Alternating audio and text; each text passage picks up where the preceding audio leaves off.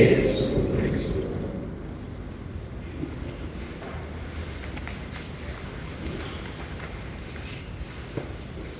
Wapendwa familia ya Mungu, tumsifu Yesu Kristo. Wapendwa, tarehe 11 mwezi wa 6 ya kila mwaka kanisa huwa linaadhimisha sikukuu ya kumbukumbu ya Mtakatifu Barnabas Mtume.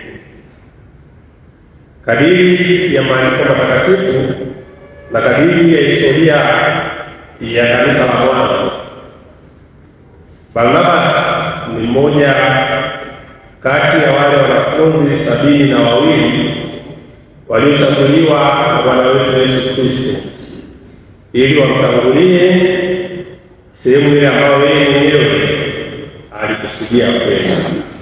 Tunasoma Injili ya Luka sura ya 10 aya ya 1.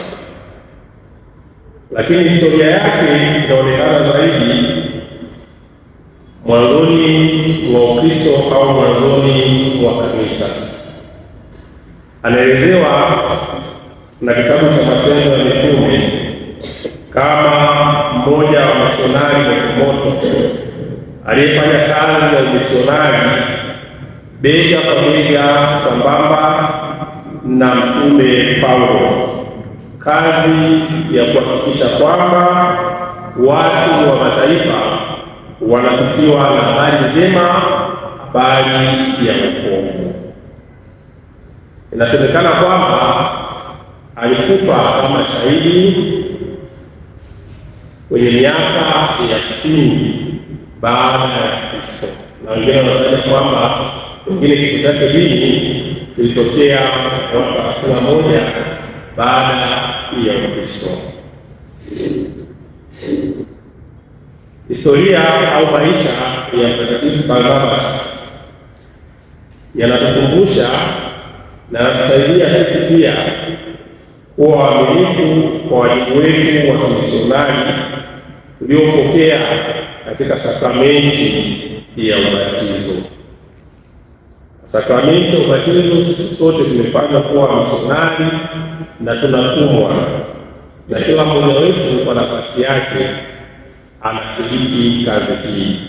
Wengine wanashiriki kama mapadre, wengine watawa, wengine makatekista, lakini wengine tunashiriki kama waamini tunaojenga mwili wa Kristo, yaani kanisa. Basi Mtakatifu Barnabas alitimiza nafasi yake. Kwa maombezi yake atuombee na sisi tuweze kutimiza wajibu wetu ulioko mbele bila kujibakiza.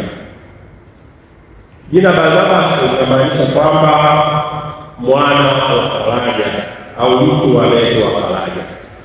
Basi tunakumbushwa kama Wakristo tunaoishi kati ya jamii yenye misukosuko mingi, moja kazi yetu pia ni kutoa faraja, wafariji wale wanaolia, wanaoumia, wanaopitia kadhia mbalimbali za maisha. Tuwatie moyo ili wapate hamu ya kuendelea kuishi, wasikate tamaa ya kuishi. Tumsifu Yesu Kristo. Mtakatifu Barnabas Mtume.